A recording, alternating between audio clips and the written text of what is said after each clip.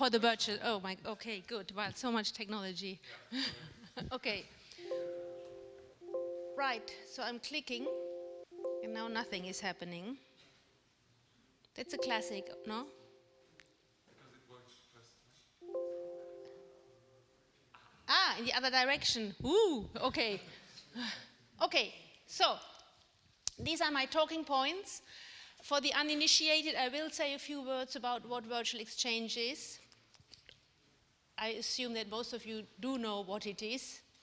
I'm very quickly going to zoom in on challenges in terms of inclusion and exclusion related to virtual exchange, and then I'm going to move on to virtual exchange through the equality or equity, diversity and inclusion lens.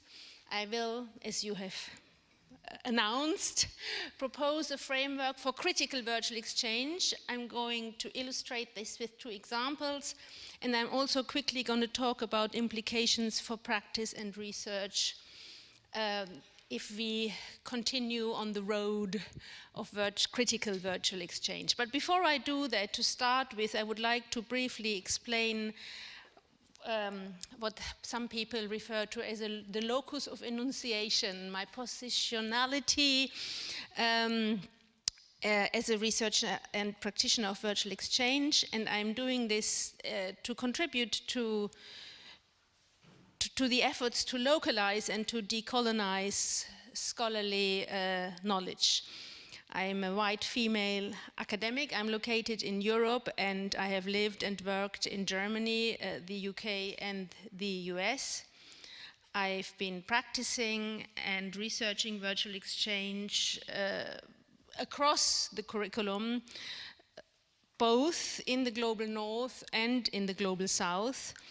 And I've only recently started to systematically unpick some of the assumptions and the ideologies in the discourses associated with virtual exchange and internationalization at home through virtual exchange.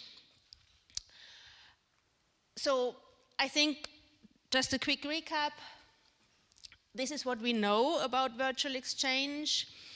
That it combines the deep impact of intercultural dialogue with the broad range of digital technology, that it is seen as a strong catalyst in advancing the internationalization of higher education curricula. Since the pandemic in particular, it has definitely catapulted virtual exchange as an educational intervention from the margins to the center stage of the educational landscape. We have heard a lot about the fact that it can prepare, that it can deepen, extend, bookend, or even emulate physical exchanges.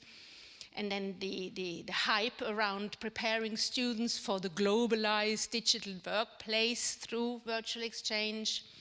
And then the one that I feel very passionate about, the promotion, the development, the practice in transversal skills such as empathy, curiosity, problem solving, teamwork, conflict transformation. Skills that do feature high on the agenda of businesses and organizations that find themselves confronted with what is referred to as VUCA, an environment that is volatile, uncertain, complex, and ambiguous as a result of the pandemic for at least another decade.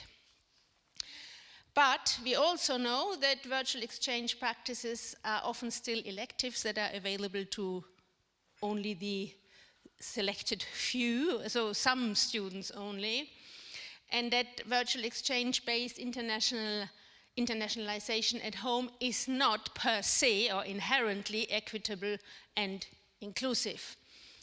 Just the opposite, it can in fact reproduce or perpetuate existing exclusion and can even create new digital inequalities. We've spoken about this a lot during the conference. And it is, as Francesca Helm has reminded us, prone to Western hegemonies, because the terms under which the exchanges take place can be influenced by a variety of factors. Yeah? The teaching partner's academic positions, the linguistic competence of the students, the access to and the experience in the use of technology. There are often institutional constraints, no recognition, no support, no rewards. There can be issues related to gender, to race, to age, and geopolitical issues. They all can come to play in virtual exchange initiatives. And there is another important factor, which is the fact that the political and social dimensions of technology use tend to be underestimated. And exactly the same applies to the power dynamics that are created by educational practices, including virtual exchange. That is, that certain knowledges are prioritized and that this reinforces social and epistemic inequalities and injustices. And therefore, researchers and practitioners do need to systematically unpick the assumptions and ideologies in the discourses and practices associated with educational technologies, educational practices, including and first and foremost virtual exchange-based internationalization at home. And this is how two colleagues of ours have put it. We need yet to find out more about how processes of inclusion and exclusion play out in virtual settings. So what does virtual exchange through the equality or through the equity, diversity, and inclusion lens then look like? This is how Kastler and Lewis 2021 have summarized it. It is certainly about equitable partnerships with partners from all demographics, including minority-serving institutions and institutions in countries where the main language of instruction is not English. And support through institutional leadership, there needs to be prioritization in terms of the creation of resources, training, and support for exchange implementers, the educators, who they themselves need to prioritize the inclusion of activities that explicitly explore social issues and social justice topics as part of the student exchange dialogues. And this approach also speaks to this intentionality in curriculum design that's been referred to yesterday during the opening panel. And the exchanges need to be designed to serve all participating communities rather than the community of the leading partner. And that can be achieved by finding common issues to tackle by those involved in the exchanges, or to specifically, intentionally customizing exchanges to local realities. And then, of course, to think about what kind of technology choices are we making to make sure there is equitable access. So low bandwidth solutions being the lowest common denominator.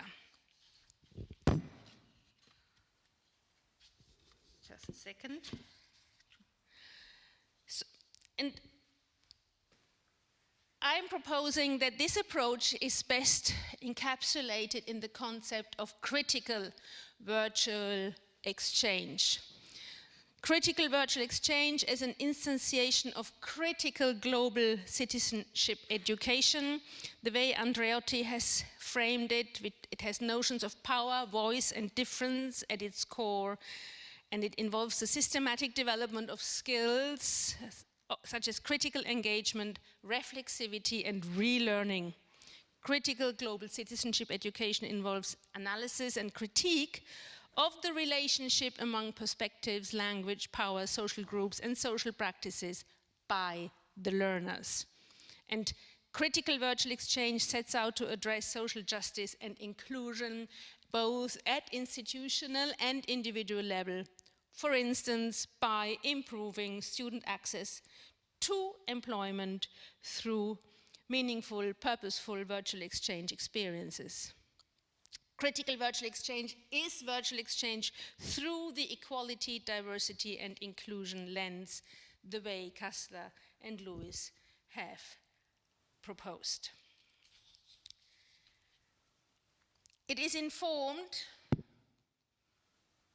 let me just say an instance here, okay, moment. Yeah, and this is the framework where everything I've just spoken about comes together. It is about the systematic use of low bandwidth technologies,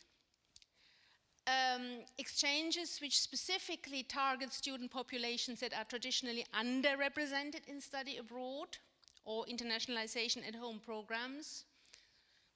These are mostly students from low socioeconomic backgrounds. And for me personally, very important, the systematic alignment of virtual exchange project content and outcomes with the United Nations Sustainable Development Goals, and where possible, the inclusion of local outreach activities, so student engagement with local green businesses, NGOs, non-profit organizations, charities, as part of the virtual exchange projects.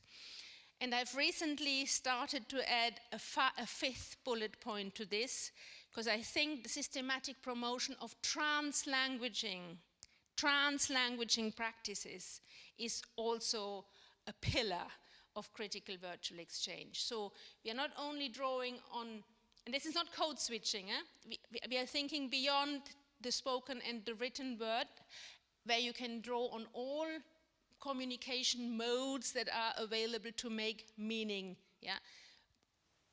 audio material, visual material, mashup of all these modes to communicate your lived experiences. But most importantly, because we also talk a lot about digital literacy skills development through virtual exchange, for me, critical virtual exchange is informed by what has been termed critical digital literacy, which explores how the operation of power within digital contexts shapes knowledge, shapes identities, shapes social relations and formations in ways that privilege some and marginalize others. Critical digital literacy helps us understand how technologies are used in situated and encultured ways, and how online spaces index dominant ideologies, economies, and institutions. And at the same time, critical digital literacy leverages digital technologies for social justice-oriented action and change by, and we've spoken about this as well, in the session with our South African colleague, by providing access to a wider and more diverse range of students in collaborative online learning projects. But in order to walk the talk, critical digital literacy provision needs to be anchored in real-life settings and take account of the wider socio-political context. And critical virtual exchange happens in real-life settings and explicitly considers the wider socio-political context and is about the reflexive use of technology. I'd say it provides an ideal setting for such contextualization, for equitable education, and for intentional social inclusion. Now, before I give you an example, I also think that critical virtual exchange provides an ideal setting for promoting critical consciousness and agency in the spirit of Paulo Freire's critical pedagogy. That is the ability to read the world critically and the ability to act in the world to change it. So it's about critical agency, or as my colleague Francesca Helm has mentioned earlier today, critical interculturality to enrich the ecology of knowledges. Now, here we go. That is the cue. Are you with me? Good. An example, critical virtual exchange. So this is from the Virtual Exchange for Social Inclusion, my vision project. If you scroll all the way down to the shared garden example, keep going, all the way down.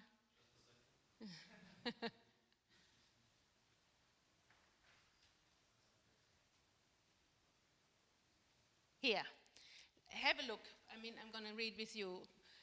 So it was a physical space on the campus of Bordeaux University, but students could only maintain the garden if they designed an ecological and sustainable watering system. The team of students were from different subject areas at different stages in their studies and lived and studied in different countries with different official languages. One cohort were second-year undergraduate applied physics and measurement engineering students from Bordeaux University in France, and the second cohort, fourth-year electrical engineering undergraduates from the University of León in Spain. And you can keep scrolling down. The results. Let's stick a little bit up. No, down. Sorry, down, down again. If you go a bit more slowly, where it says results. No, now you've gone past it. Can you scroll back up, please? Where it says project results.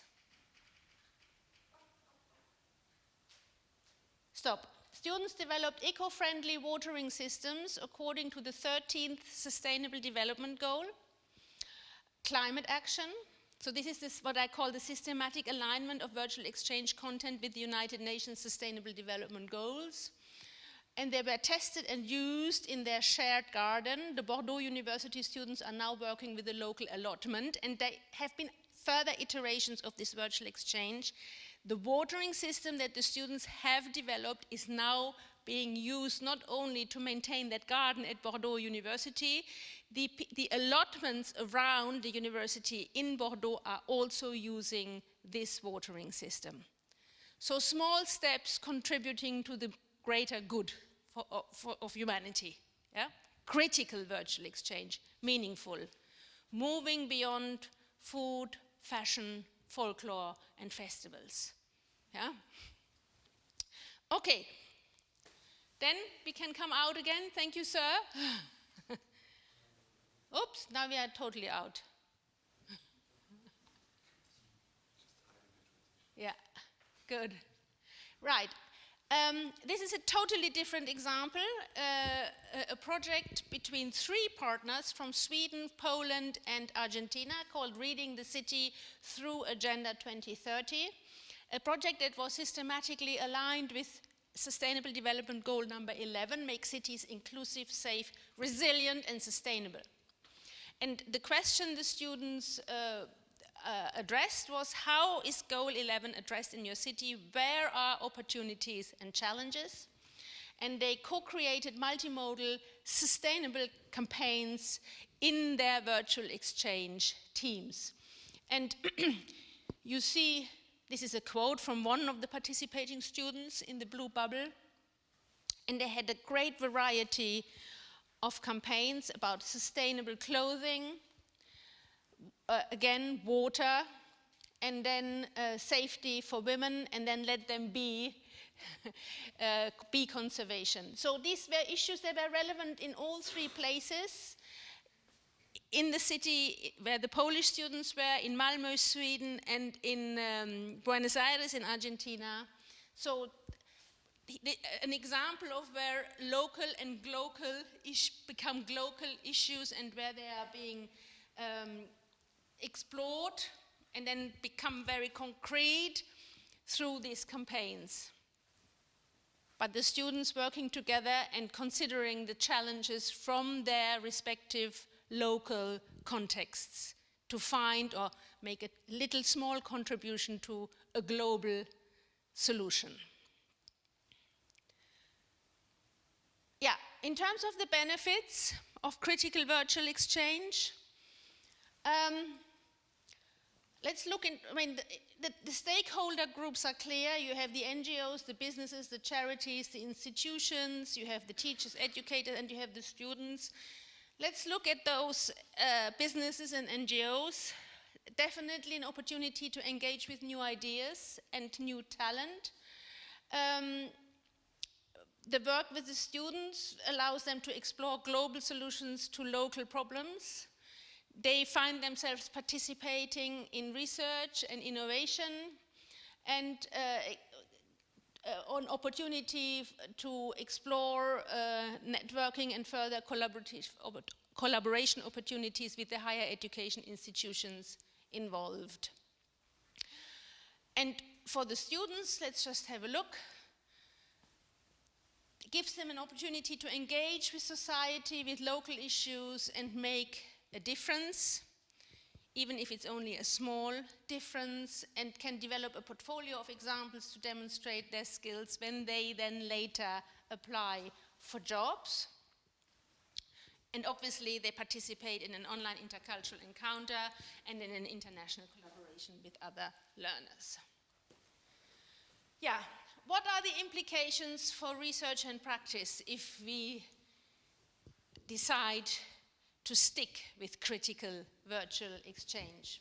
I think we can say with some confidence that it is an inclusive, sustainable, and scalable internationalization at home strategy, critical internationalization at home, that it can instigate change at an individual, institutional, and maybe even at policy level, educational policy level, first and foremost.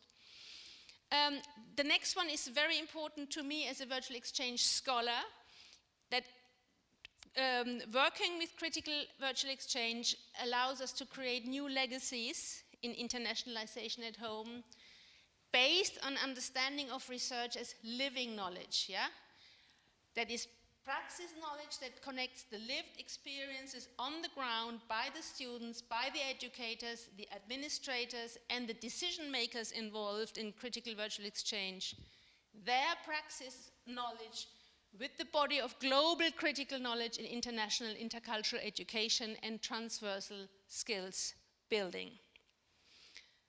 I think it most certainly will enrich virtual exchange and internationalization at home research, but it can also effect real change globally through the student critical virtual exchange projects that focus on the Sustainable Development Goals. And it also creates a new model of exchange and collaboration between higher education institutions and employers, charities, NGOs. And hopefully, it can then also really enhance graduate employability, particularly of those students from low socioeconomic backgrounds, through their international, intercultural, transversal skills acquisition. And with that, I say thank you.